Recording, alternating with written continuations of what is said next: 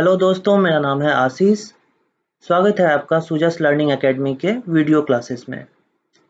इस video series में हम 10th के मैथमेटिक्स के प्रॉब्लम्स को सॉल्व करेंगे। हम इसके लिए एनसीईआरटी के टेक्स्ट बुक को फॉलो करेंगे। एनसीईआरटी में जो पहला लेसन है उसका नाम है रियल नंबर्स, और रियल नंबर्स 4 एक्सरसाइजेज में है। इस पर्टिकुलर वीडियो में हम पहले एक्सरसाइज को प्रॉब्लम को सॉल्व करेंगे। तो चलिए शुरू करते हैं। Before we jump on to the problem, let's discuss a very important theorem. Theorem क्या है? Euclid division lemma. Euclid division lemma क्या कहता है कि अगर दो इंटीजर है, given two positive integers a and b, there exist unique integers q and r satisfying a equal to bq plus r, जहां r जो है वो 0 या 0 से बड़ा होगा और b से छोटा होगा। इसका यूज हम दो संख्याओं के बीच एचसीएफ निकालने में करेंगे, और उस समय एक बहुत इंपॉर्टेंट रिलेशन यूज करेंगे। वो रिलेशन ये है कि HCF of a and b is same as that of HCF of b and r. अगर कोई इक्वेशन है a equal to b q plus r, तो उस केस में HCF of a and b is same as that of B and R। तो चलिए अब problem solve करते हैं। पहले एक्सरसाइज में बेसिकली ये 5 प्रॉब्लम्स हैं जिसको हम एक एक करके सॉल्व करेंगे। पहले प्रॉब्लम में हमें दो संख्याओं के बीच का एचसीएफ निकालना है, बट हमें क्या ध्यान रखना है कि हम जो मेथड यूज करेंगे वो मेथड होना चाहिए यूक्लिड डिवीजन एल्गोरिदम। तो चलिए पहला नंबर हम जो हमारे पास है 135 और 225, इसमें मान लेते हैं 225 को a मान लेते हैं, 135 को b मान लेते हैं। हम छोटे वाले को b मानेंगे, बड़े वाले को a मानेंगे। तो 225 को हम लिख सकते हैं 135 इंटू 1 प्लस 90। इस फॉर्म में लिखने का जो मेन रीजन है कि हम उसे यूक्लिड डिवीजन लीमा के फॉर्म में लिखना चाहते हैं, जहां q इक्वल टू 1 और r इक्वल टू 90 है। तो हमें बस ये ध्यान रखना होता है कि ये 90 जो है वो b से छोटा और 0 या 0 से बड़ा होना चाहिए। तो ये कंडीशन भी सेटिस्फाई हो रहा है। तो हम अब नेक्स्ट आइटरेशन में जाएंगे, क्योंकि हमने पहले ही जान लिया है कि HCF of a and b is same as that of HCF of b and r. तो हम वही चीज यूज करने वाले हैं सेकेंड आइटरेशन में। तो जो b है 135 equal to 90, that is r into 1 plus 45। So अब जो न्यू r है वो है 45, न्यू q है वो है 1। बस हमें ये ध्यान रखना होता है कि r जो है वो 90 से छोटा होना चाहिए, दैट इज b से छोटा होना चाहिए, और 0 या 0 से बड़ा। तो ये कंडीशन भी सेटिस्फाई हो रहा है, मगर अभी भी r का वैल्यू 0 नहीं है। तो we will go to the next iteration. we'll take 90, that is b, and we'll take 45, that is nothing but r, और इस दिनों के बीच हम यूक्लिड डिवीजन लीमा लगाएंगे। so 90 can be written as 45 into 2 plus 0. what we have got 0 as a r, और q का value 2, q का value 2 आता है और r का वैल्यू 0। जब हम r का वैल्यू 0 मिल जाता है, तो whatever is the value of the b in that equation is the SCF of the two numbers. So SCF of 135 and 225 will be 45. Similarly, next problem में हमें 196 और 38,220 के बीच का SCF निकालना है। तो ये बड़ा आसान है, क्योंकि 220 को हम A मान लेंगे, 196 को हम B मान लेंगे, क्योंकि 196 छोटा है, we will consider it as a B। और जब हम 196 को 195 से मल्टीप्लाई करेंगे तो बेसिकली हमें 38,220 मिल जाता है। तो फर्स्ट आइटरेशन में ही हमें R का वैल्यू 0 मिल जाता है। तो जब हमें R का वैल्यू 0 आता है तो whatever is the value of the B is the SCF of the two numbers. So SCF of the two numbers is 196. चलिए अब तीसरे प्रॉब्लम में जाते हैं। इसमें हमें SCF निकालना है 867 और 255 का। So we will take 867 as A and 255 as B. Applying Euclid division lemma, we can write it as 867 equal to 255 into 3 plus 102. So R का वैल्यू हो गया 102 और ये 102 is less than B, that is 255 and greater than equal to 0. So ये condition भी follow हो रहा है। So हम नेक्स्ट आइटरेशन के लिए जाएंगे क्योंकि R का वैल्यू 0 नहीं है। नेक्स्ट आइटरेशन में whatever is the value of the B now will become the value of A and whatever is the value of the R will become B for the next equation. So basically A equal to B into Q plus R. So हम लिख सकते हैं Q equal to 2 और R equal to 51. 51 should lie in between 0 and 102. That condition is also satisfied. So हम next iteration में जाएंगे क्योंकि R का वैल्यू अभी 0 नहीं आया है।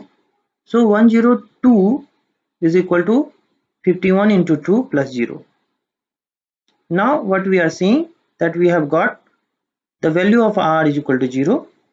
So whatever is the value of the B now is the SCF of the two numbers. So SCF of the two number is nothing but 51. Let's move on to the next problem. Second problem कहता है so that any positive odd integer of the form 6q plus 1, 6q plus 3 and 6q plus 5 where q is some integer. तो चलिए इसको हम solve करते हैं। Again हम use करेंगे यूक्लिड डिवीजन लीमा और हमने मान लिया है कि कोई इंटीजर a है जो एक पॉजिटिव इंटीजर है। तो हम यूक्लिड डिवीजन लीमा को यूज करते हुए लिख सकते हैं a equal to b q plus r, जहां everything you are seeing like a, b, q and r all are positive integers. Also r जो है वो 0 या 0 से बड़ा है और b से छोटा है। अब हम मान लेते हैं कि b का वैल्यू 6 है। अगर b का वैल्यू 6 है तो what are the possible values of r? So possible value of r will be 0, 1, 2, 3, 4 and 5. कैसे हम ये कह सकते हैं? We can be guided by this relation. So r का value 0, 1, 2, 3 and 4 and 5. These are the possible values of r. अगर r के ये possible values हैं, so what are the different possible values of a then? It will be 6q, 6q plus 1, 6q plus 2, 6q plus 3, 6q plus 4 and 6q plus 5. So any integer a which is a positive integer can be written in this 6 form: 6q, 6q plus 1, 6q plus 2, 6q plus 3, 6q plus 4 and 6q plus 5. अब हमें ये identify करना है out of this 6 forms which are odd one and which are even one. तो जब हम किसी भी नंबर को, किसी भी इंटीजर को इवन नंबर से मल्टीप्लाई करते हैं तो वो इवन नंबर हो जाता है। तो उस बेसिस पर हम कह सकते हैं कि 6q is an even number. So 6q is an even number. Similarly, 6q plus 2 is also an even number. क्यों? क्योंकि 6q ऑलरेडी इवन नंबर है और 2 उसमें 2 जोड़ने पर भी इवन नंबर ही होगा, क्योंकि sum of two even numbers are even number. Similarly हम 6q plus 4 को भी इवन नंबर बोल सकते हैं, क्योंकि even plus even is a even number. Whatever is left is even number plus odd number. So 6q plus 1, which is even number plus odd number, that will be a odd number. Similarly, 6q plus 3 will also be a odd number because it is the case of summation of a even number and an odd number. 6q plus 5, this will also be a odd number because this is also the case of even number and odd number summation. Therefore, we can write possible values of odd a will be 6q plus 1, 6q plus 3 and 6q plus 5. Let's move on to next problem now. Let's look at this simple problem. An army contingent of 616 members to march behind an army band of 32 members in a parade. The two groups are to march in the same number of columns. What is the maximum number of columns in which they can march? So basically you have to find the maximum number of column in which the both can be divided. So this is giving us a clue that what you have to actually find. You have to find a biggest number which can divide both 616 and 32. What is that biggest number which can divide both these two numbers? Is that SCF of the two numbers. So now हम लोग समझ गए कि हमें SCF निकालना है। तो 616 को हम लोग लिख सकते हैं 32 into 19 plus 8 using what? Using Euclid division lemma, जहाँ पे हम Q equal to 19 and R equal to 8. 8 lies between 0 and 19, so the equation is perfectly okay. But we haven't got R equal to 0 yet, so we will go to the next iteration. We will take B as next A and R as next B. So we will apply the Euclid division lemma once again. अब हम क्या करेंगे, 32 equal to लिखेंगे 8 equal into 4 plus 0। अब हमें R का value 0 मिल गया है। So what ever is the value of the B is the SCF of the two number, like 616 and 32. What will be the SCF? SCF will be 8. Hence the maximum number of column in which army can march is 8. Now let's jump on to next problem. Next problem is a very good example of application of Euclid division lemma. So let's see what this is and how can we use Euclid division lemma here. So use Euclid division lemma to show that square of any positive integer is either 3m or 3m plus 1 for some integer m. So इसको हम prove करने के लिए सबसे पहले क्या कर लेते हैं, कोई एक इंटीजर, पॉजिटिव इंटीजर सपोज कर लेते हैं, मान लेते हैं, और वो है a. अब हम यूक्लिड डिवीजन लेमा यूज करते हैं a equal to b q plus r, जहां ये तो ऑलरेडी हमने मान लिया है कि एक पॉजिटिव इंटीजर है, b q r is also positive integer, और r is satisfying this condition कि वो b से छोटा होगा और 0 या 0 से बड़ा होगा। अब हम मान लेते हैं कि b का वैल्यू इस पर्टिकुलर केस में 3 है, तो पॉसिबल वैल्यू ऑफ r कौन से होंगे? 0, 1 and 2। Possible value of a कौन से होंगे? 3q, 3q plus 1, 3q plus 2. It is very simple to derive from this equation. Now, पहला condition, when a is equal to 3q, जब a equal to 3q है तो a square equal to 3q square is equal to 9q square is equal to 3 into 3q square, and हम मान लेते हैं ये 3q square जो है वो m के बराबर है, तो हम a स्क्वायर को 3m लिख सकते हैं। दिस पर्टिकुलर केस में ये a इंटीजर का स्क्वायर 3m के बराबर आता है। नेक्स्ट, जब a का value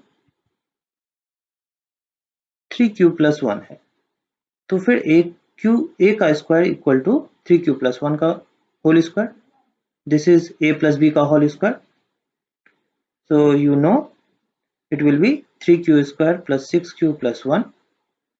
You can also write it as 3m plus 1, where m equal to 3q square plus 2q. So you can easily derive it from here that a square equal to 3m plus 1. Next, in case a equal to 3q plus 2, तब आप a square करेंगे, same a plus B के whole square का equation का formula और use करेंगे, और वहां से हम डिराइव कर सकते हैं 9q square plus 12q plus 4. a square will be 3 into 3q square plus 4q plus 1 plus 1, or again it will be in the form of 3m plus 1, where m equal to 3q square plus 4q plus 1. We can also say that m is an integer only because 3 into q square is an integer plus 4q is an integer plus 1 is an integer, so sum of these three is also an integer. So इस तीनों cases में